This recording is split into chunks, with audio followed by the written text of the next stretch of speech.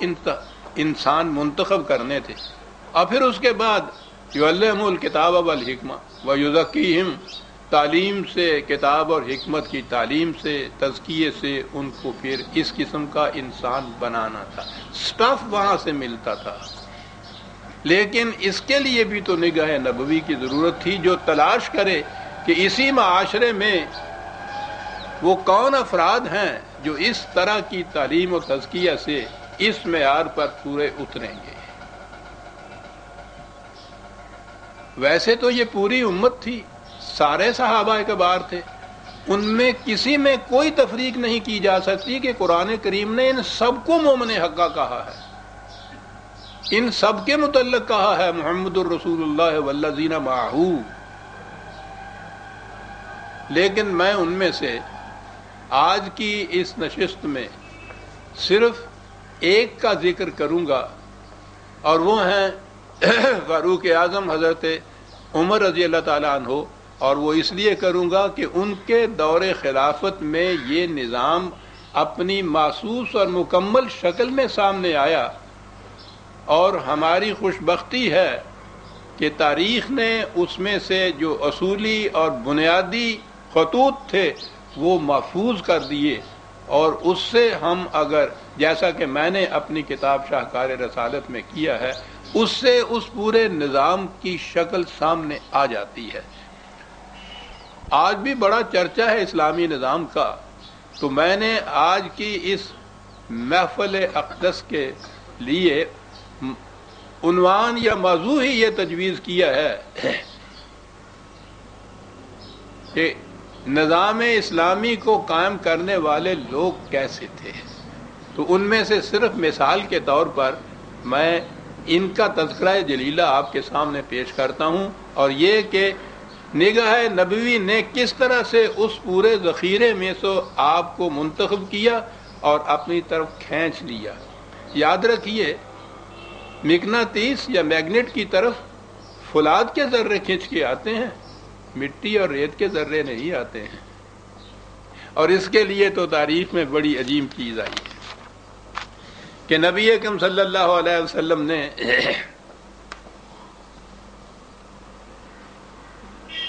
خدا سے یہ دعا کی،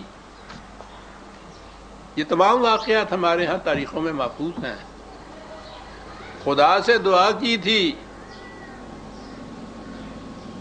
کہ یا الہ العالمین،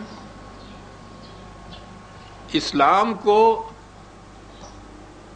ابو جہل یا عمر ابن خطاب کے ذریعے تقویت بخش، ان دونوں میں سے جو بھی تجھے محبوب ہو اسے مشرف با اسلام فرما۔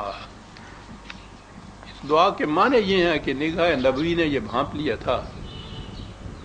ابو جہل کا نام بھی عمر تھا، یہ حضرت عمر بن خطاب کا ماموں تھا۔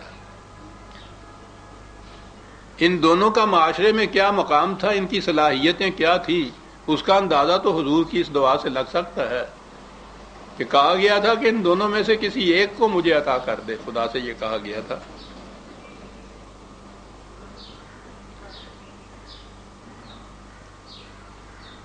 ابن خطاب کا نصیبہ یاور کر گیا، وہ کھنچ کے چلا آیا، اور اس کے بعد پھر تربیت و تعلیم نبوی سے وہ فاروق اعظم بنا کہ جو انسانیت کے سما پر درخشندہ آفتاب کی طرح چمکا، اور وہ آج تک قیامت تک اس کی روشنی رہے گی۔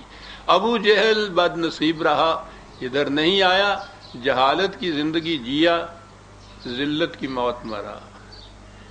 تو سٹاف یا صلاحیت کا مواد موجود ہو تو پھر اس کے بعد تربیت نبوی نے کیا سے کیا انہیں بنا دیا۔ ان تمام کو قرآن نے مومن حقہ کہا ہے، ان کی مغفرت، ان کے لیے جنت کا وعدہ اسی دنیا میں دے دیا ہے خدا نے۔ یہ اصحاب تھے، یہ امت تھی جو انسانیت سازی کے مقصد کو، منصب کو بروئے کار لانے کے لیے حضور نے تیار کیے تھے۔ بات یہاں سے شروع ہوئی ہے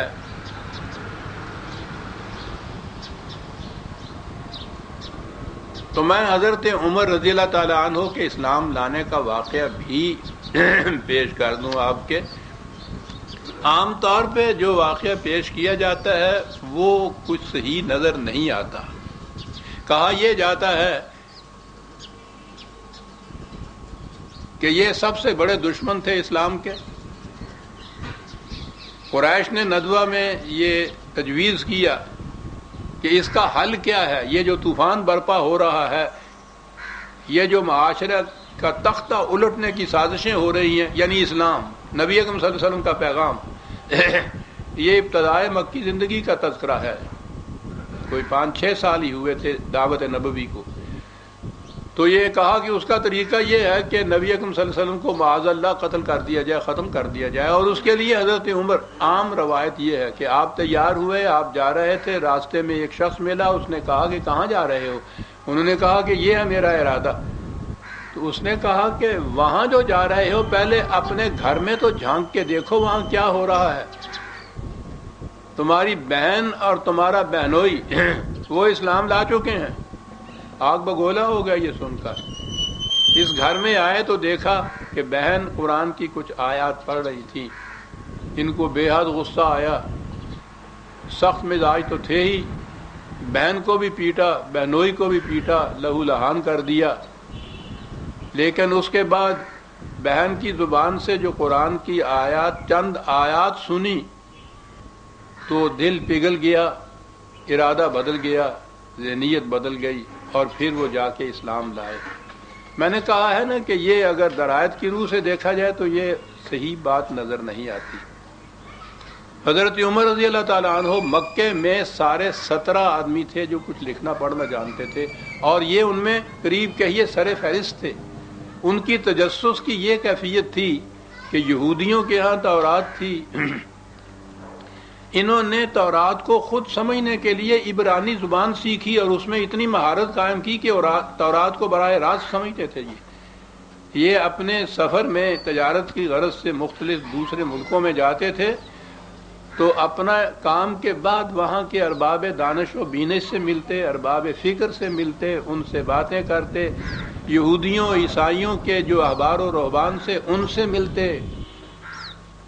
تو جس کے تجسس کی یہ کیفیت ہو، آپ سوچتے ہیں کہ مکے میں 6 برس سے ایک تاریخ اس طرح سے تیزی سے آگے بڑھ رہی ہو کہ اس نے ایک قیامت برپا کی ہوئی ہو، عربی زبان میں وہ قرآن ہو جو جس کی وہ تلاوت کرتے تھے یہ صاحب. تو عمر اس سے بے خبر رہا تھا 6 سال تک. اور پتہ اس وقت چلا کہ صرف کسی نے کہا کہ تمہاری بہن اور بہنوئی مسلمان ہوئے ہیں، اور وہاں ایک آیت سن لی انہوں نے اور اس کے بعد اسلام لے آئے. اتفاق سے اتفاق ہنسنا ہے کہ حضرت عمر کے اسلام لانے کا واقعہ خود ان کی زبان سے بھی تاریخ میں موجود ہے. انہی کی زبان سے سنیے کہ وہ واقعہ بھی بڑا دل نشیں اور دل آویز ہے. انہوں نے کہا کہ جاہلیت میں شراب کا رسیہ تھا. میں نے عرض کیا نا کہ وہ تو جاہلیت عرب میں یہ تمام زمان پائے جاتے تھے ان لوگوں میں. شراب کا رسیہ تھا. ہر شب ہم یاران قدا خار کی ایک رنگین محفل جمع کرتی تھی. ایک رات میں گیا تو وہاں کسی کو موجود نہ پایا. میں کئی ایک اور مقامات میں پہنچا لیکن اتفاق کہ شراب مجھے وہاں بھی نہ ملی. اب میں نے سوچا کہ یوں گھر لوٹنے کی بجائے کعبے کا طواف ہی کرتا جاؤں. حریم کعبہ میں سناٹا تھا. دیکھا کہ ایک شخص تنہا محو عبادت ہے اور اونچی آواز سے کچھ پڑھ رہا ہے. غور کرنے پر معلوم ہوا کہ وہ محمد الرسول اللہ صلی اللہ علیہ وسلم ہے. میں نے دل میں کہا کہ موقع اچھا ہے، دیکھوں کہ یہ شخص تنہائی میں کیا کرتا اور کیا کہتا ہے. دبے پاؤں آگے بڑھا. محتاط تھا کہ وہ مجھے دیکھ نہ لیں، اس لیے میں غلاف کعبہ میں چھپ گیا اور سرکتا سرکتا ایسی جگہ پہنچ گیا جہاں مجھ میں اور ان میں غلاف کعبہ کے سوا کچھ اور حائل نہ تھا.